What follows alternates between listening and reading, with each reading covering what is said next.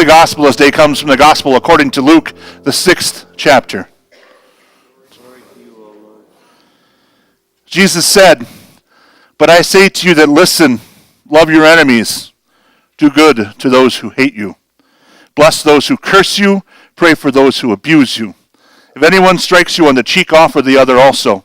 And from anyone who takes away your coat, do not withhold even your shirt. Give to everyone who begs from you, and if anyone takes away your goods, do not ask for them again. Do to others as you would have them do to you. If you love those who love you, what credit is that to you? For even sinners love those who love them. If you do good to those who do good to you, what credit is that to you? For even sinners do the same.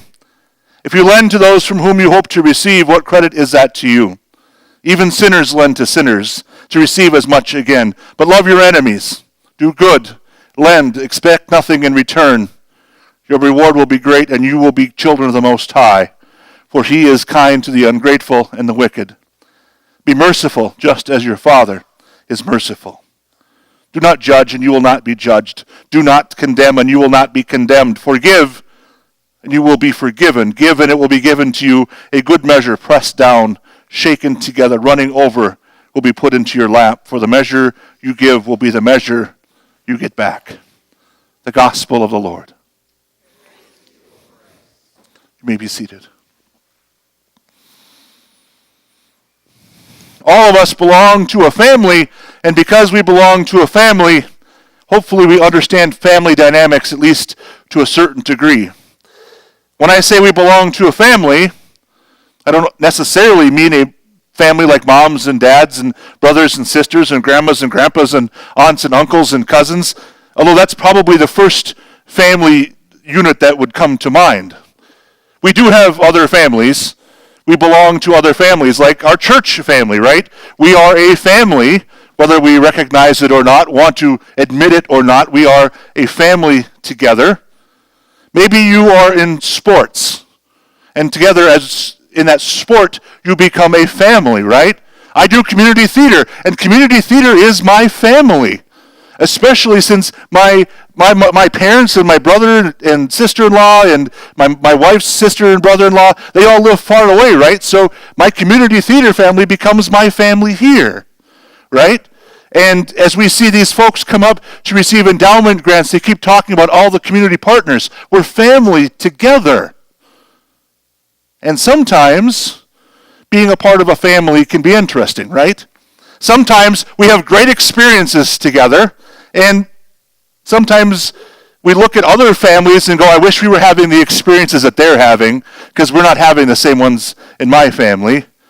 Sometimes, though, our experiences are rotten, right? Especially with certain family members. There are some family members we wish that they just were not a part of the family.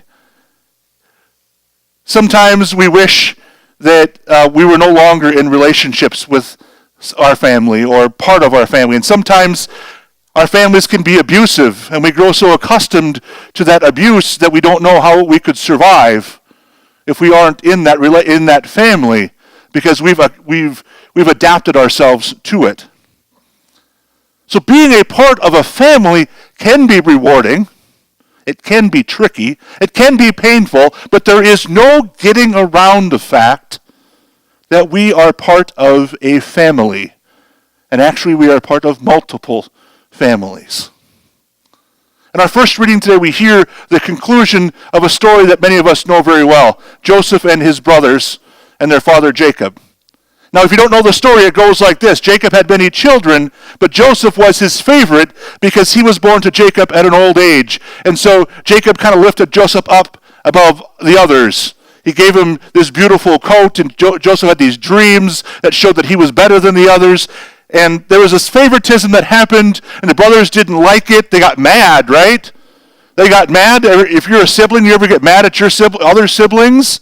So mad that you want to kill them or sell them off to some passing Ishmaelites, right? So they get rid of Joseph. They think he's dead. They tell Jacob that he's dead, but instead Joseph goes off to Egypt, where he becomes a prophet for Pharaoh, and he helps the things in Egypt to be fantastic, right? Things are wonderful. He interprets the dreams, and things are great for the people of Egypt. Meanwhile, Jacob and his sons are starving. They don't know what's going to happen. They've been having famine. There's no food. They're not sure what's going to happen. So we get to the lesson today, right? We get to this lesson from Genesis. And Joseph is faced with these brothers who disliked him so much they got rid of him. Now Joseph has a choice, right? The roles have been reversed. Joseph could tell them to go away. Joseph could do exactly what they did to him. But instead, what does Joseph do? Joseph recognizes that God has blessed him, and that in turn Joseph is going to bless his brothers. He's going to bless his family. Joseph chooses to bless them as he has been blessed. Joseph chooses to forgive as he has been forgiven. And this can be a tough choice for us, because when we find ourselves in a position to offer forgiveness, often that can be the last thing on our minds. We want revenge, and we want that revenge to be swift. We aren't interested in second chances, because what good are they? We just know that people are going to screw up again, that they're going to cause more problems again, and so why would we want to give a second chance? We're only going to get hurt again, so revenge is really the only solution. So listen to Jesus as he continues to address those who have gathered around him. But I say to you that listen, love your enemies. Do good to those who hate you. Bless those who curse you. Pray for those who abuse you. Now, I don't know about you, but I know me, hearing those words, those are the absolute last things that I want to do to people who don't like me. They're the absolute last things that I want to do. Why on earth would I want to pray for my enemies? Why would I want to love my enemies? Why would I want to do good to those who hate me? Now, I want to make it crystal clear that Jesus isn't saying that we should willingly take abuse. That's far from it. You should never be okay with being abused or hated or anything of that nature. But what Jesus is saying is we shouldn't seek out to hate those who hate us, because that accomplishes absolutely nothing. That we shouldn't look to wrong those we feel have wronged us. We should instead remember that we are to offer forgiveness, because that is what we have been given. That's how we break that cycle. Is we remember that God's forgiven us, and we need to forgive others. We are broken, sinful people, but by God's grace, we are forgiven. We have done nothing to deserve God's grace, and yet God has taken on flesh and bone to give us an example of how we are to live our lives. Be merciful, just as God is merciful. Can you imagine what our lives would be like if we chose to actively be merciful in everything that we do? If we chose to find the good in people, to find good in all situations? If we saw our family as beloved rather than as people who push us to our limits? What would happen if our first reaction was to offer mercy rather than to condemn or to tear apart? What would happen if we treated others as God has treated us? Beloved family, know that God's grace is for you, because it is for all people. That isn't something we can ever hear enough, because we live in a world that wants to tell us that we never measure up, that we are not good enough, that we will never be good enough. And that simply isn't true. You are good enough, because God has declared you to be perfect in God's eyes. God has created you. Through the waters of baptism, you are washed clean. Through the body and blood of Christ, you are forgiven. You are reminded that you belong to God. And because you belong to God, you are loved.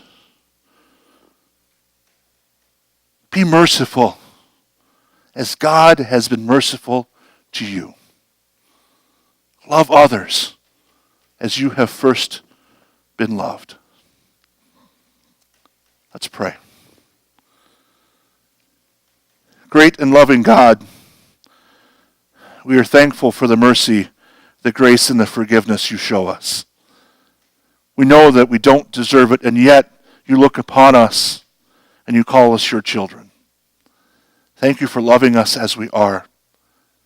Now help us to go from this place to love others, to remind them that they too are loved. In your name we pray.